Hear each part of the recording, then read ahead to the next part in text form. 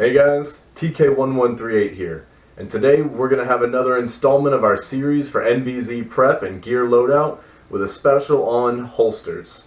For me, I prefer the Apex weapon solutions, but there are so many different holsters out there, from Hasbro brand to Apex to 3D printed styles, and today, since I frequently use the Apex solutions, I'm going to give you guys a little bit of detail about several of their different holsters that you might find interesting.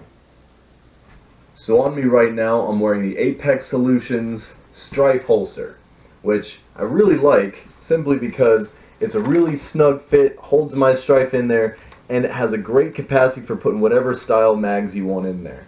Right now I've got a 10-round banana mag in there, which allows me for a quick draw and pull.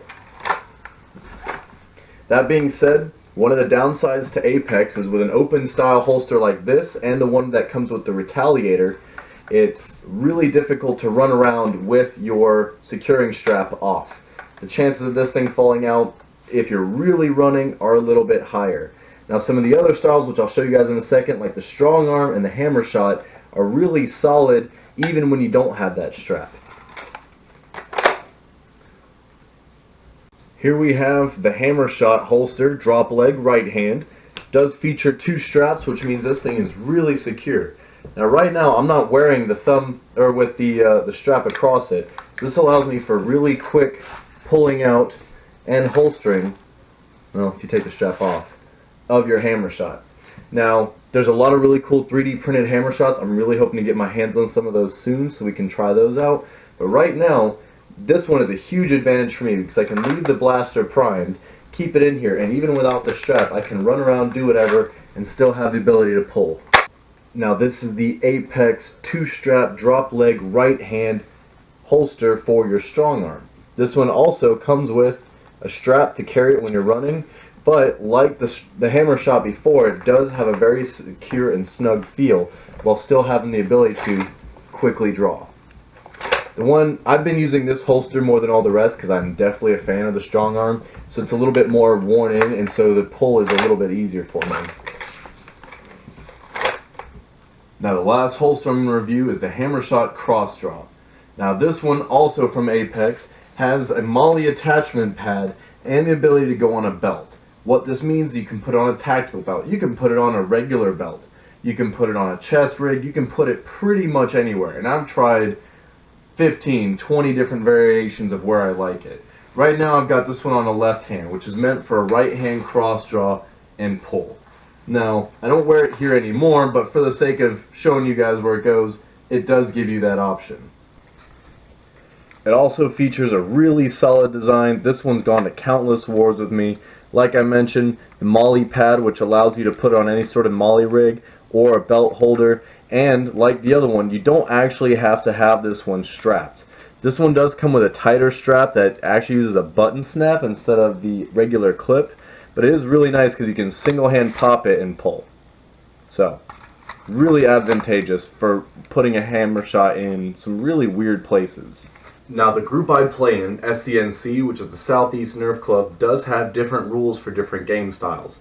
Frequently, I will use a strong arm or a Hammershot as my primary sidearm, simply because during our pistol rounds, you have to use a pistol that has either an internal magazine or a cylinder. You can't use anything mag-fed.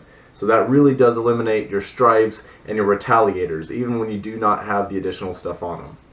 But seeing as I'm not talking about SCNC loadouts, I'm getting ready for NVZ, means I'm about to start another project. Now, since I've started this channel, I've actually completed a lot of projects. I really want to do a review of what I've been doing in the last couple of months since I started this.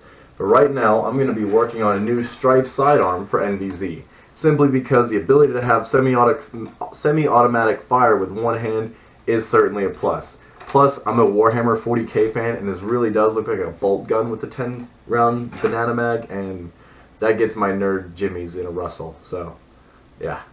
Now I know a lot of Nerfers have been using Apex Solutions holsters for a long time. For those of you who bought from them before, you may have noticed you won't find them on Etsy or eBay anymore. He started moving to another format. I'll post a link in the description for the best place to find his stuff. Now the reason I'm really happy to review this stuff is, for the most part, his holsters are really well made and fairly inexpensive. Most of them run in the range of like $15 to $25 for a good drop leg variant, and the only one that was a little bit more expensive was the Strife. The one I've had a little bit trouble getting my hands on, I didn't get till recently, but I haven't tried it out in a war yet, is the Retaliator.